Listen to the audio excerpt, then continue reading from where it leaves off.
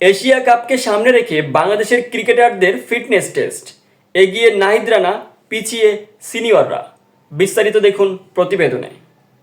Asia cup 2025-এর আগে বাংলাদেশ জাতীয় cricket দলের ফিটনেস টেস্ট চিত্রটা এসেছে মিশ্র। মিরপুর শেরেবাংলা স্টেডিয়ামে অনুষ্ঠিত 1600 মিটার দৌড়ের এই পরীক্ষায় তরুণ নাহিদ রানা সকলকে ছাড়িয়ে গেছেন। তিনি মাত্র 5 মিনিট 31 সেকেন্ডে নির্ধারিত দূরত্ব পেরিয়ে শীর্ষ জায়গা দখল করে নেন। প্রথম ব্যাচে দ্বিতীয় সেরা ছিলেন মেহেদী হাসান মিরাজ, সময় নিয়েছেন 6 মিনিট 1 সেকেন্ড।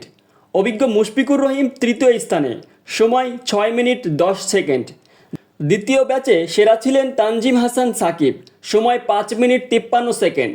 তারপরে শাহাদত হোসেন দীপু 6 মিনিট এবং পারভেজ হোসেন ইমন 6 মিনিট 13 সেকেন্ড। তবে হতাশ করেছেন কয়েকজন সিনিয়র তারকা। মোস্তাফিজুর রহমান, তাসকিন আহমেদ, তানভীর ইসলাম ও শামীম হোসেন পাটোয়ারি সবাই নিয়েছেন প্রায় 8 মিনিট, যা দলের প্রত্যাশার তুলনায় অনেক নিচে। ফিটনেস মানদণ্ডে পিছিয়ে থাকা এ পারফরম্যান্স এশিয়া কাপের প্রস্তুতিতে প্রশ্ন তুলে দিয়েছে। 25 সদস্যের প্রাথমিক স্কোয়াডে 6 জন পরীক্ষায় অংশ নেননি, যাদের মধ্যে রয়েছেন অধিনায়ক লিটন দাস, তাওহিদ হৃদয়, এ দলের সদস্য নুরুল হাসান সোহান, সাইফ হাসান, আফিফ হোসেন ও মাহিদুল ইসলাম অঙ্কন।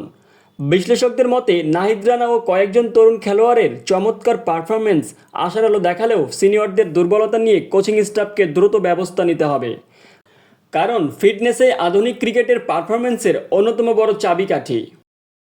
আপনারা দেখছেন দেশান্ত স্পোর্টস লাইন, আর জে উজ্জ্বল হোসাইন, দেশান্ত টেলিভিশন।